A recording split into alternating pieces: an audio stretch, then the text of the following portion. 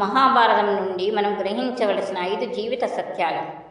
జీవితంలో అనేక సార్లు మనం కొన్ని క్లిష్ట పరిస్థితులను ఎదుర్కోవలసి వస్తుంది. అటువంటి క్లిష్ట పరిస్థితుల్లో సరైన నిర్ణయాన్ని తీసుకోవడానికి మనం గందరగోళానికి గురవుతాం. అటువంటప్పుడు మనకు సరైన మార్గాన్ని నిర్దేశించే వారి కోసం ఎదురు చూస్తాం.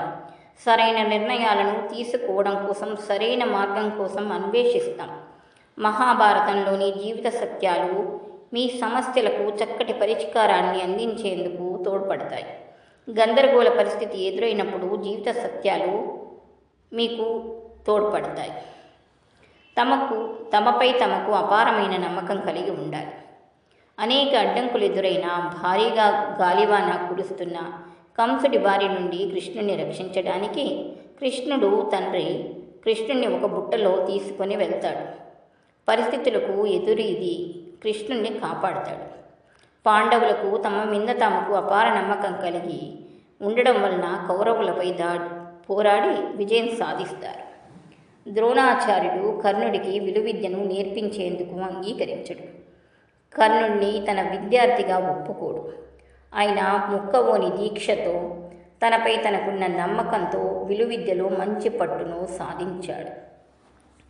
ఫలితం గురించి ఆలోచించకూడదు. తమ పనిని తాము దీక్షతో చేసుకోవాలి. ఎటువంటి అడ్డంకులు ఎదురైనా వాటిని అధిగమించి అనుకున్న పనిని పూర్తి చేయాలి. ఫలితం గురించి ఆలోచించకూడదు. ఫలితం మీద దృష్టి పెట్టడం వలన చక్కటి పనితీరును ప్రదర్శించలేరు. ఏకాగ్రత లోపం ఏర్పడవచ్చు. ఫలితం గురించి మర్చిపోయి పని పట్ల నిబద్ధతతో ఉంటే పనిలో చక్కటి నైపుణ్యాన్ని కనపరచగలరు. ఫలితం పట్ల దృష్టి పెట్టినప్పుడు ఆశించిన ఫలితం దక్కకపోతే నిరాశకు గురి కావడం జరుగుతుంది. ఒకవేళ ఆశించిన ఫలితం దక్కినా గర్వం బారిన పడటం వలన ముందు అద్భుతమైన నైపుణ్యాన్ని ప్రదర్శించే అవకాశం కోల్పోతారు. అందువలన ఫలితంపై దృష్టి పెట్టకుండా కేవలం చేసే పనిపై శ్రద్ధ కనపరచాలి. మార్పు మాత్రమే స్థిరమైనది. ఈ విశ్వంలో ఏదీ శాశ్వతం కాదు. ఈ విషయాన్ని కృష్ణుడు మహాభారతంలో స్పష్టంగా వివరించాడు. మార్పు అనేది ప్రకృతి యొక్క సహజ ధర్మం. సాక్షాత్తు శ్రీకృష్ణ పరమాత్ముడే తన జీవితంలో అనేక పరిస్థితులను ఎదుర్కొన్నాడు. కన్నవారు ఒకరు, పెంచిన వారొకరు. గోకులంలో, బృందావనంలో ప్రశాంతమైన జీవితాన్ని గడిపాడు. అయితే తన ధర్మాన్ని నిర్వర్తించడం కోసం ఆ ప్రదేశాలను విడవవలసి వచ్చింది. జీవితంలో ఎవరైనా అనేక మార్పులను, పరిస్థితులను చక్కగా ఎదుర్కొన్నాడు. పాండవుల జీవితాల్లో కూడా మార్పు అనేది అనేక రకాలుగా ఎదురైంది. ఒకానొక దశలో వారు అరణ్యవాసం కూడా చేయవలసి వచ్చింది. అలాగే అజ్ఞాతవాసం కూడా చేయవలసి వచ్చింది. కాబట్టి మార్పును అంగీకరించి తీరాలి. జరిగినదంతా మన మంచికే.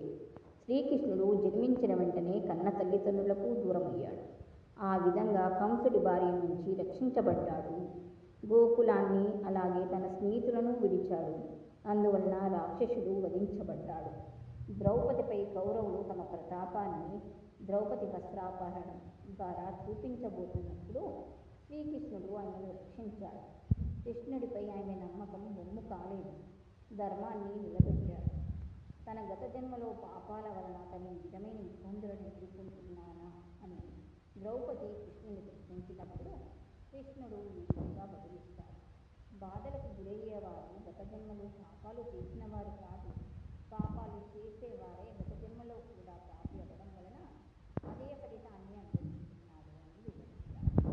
అందువలన ఏది జరిగినా మంచికే జరుగుతుందని మహాభారతం స్పష్టం చేస్తుంది. ఏది ఎందుకు జరుగుతుందో ఆ కారణాన్ని ప్రస్తుతం మనం అర్థం చేసుకోలేకపోయినా కాలం ఆ విషయాన్ని మనకు కాలమే విడగట్టి వివరిస్తుంది. మహాభారతం చెప్పింది. ధర్మాన్ని రక్షించాలి. మహాభారత యుద్ధం తర్వాత శ్రీకృష్ణుడు గాంధారిని ఓదార్చడానికి ఆయన వద్దకు వెళ్ళినప్పుడు ఆయన శ్రీకృష్ణుని శపిస్తాడు. కృష్ణుడి వంశం కూడా తన వంశం నాశనమైన విధంగా నాశనమవ్వాలని ఆయన శపిస్తుంది. కృష్ణుడికి యుద్ధాన్ని ఆపే శక్తి ఉన్నా కృష్ణుడు ఆ విధంగా ప్రయత్నం చేయలేదని ఆయన నిరుత్సాహానికి గురవుతుంది. ఇది వాస్తవమే అయినా మరొక వాస్తవం ఏమిటంటే ధర్మాన్ని కాపాడడం కృష్ణుడు తన ధర్మంగా భావించాడు. భావితరాల మంచి కోసం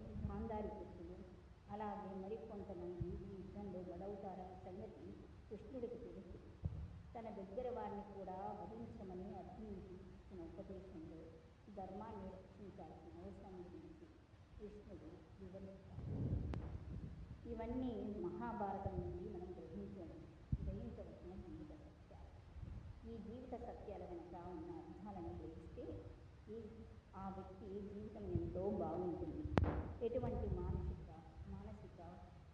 సంక్షోభాలను ఆ వ్యక్తి విడితాడు.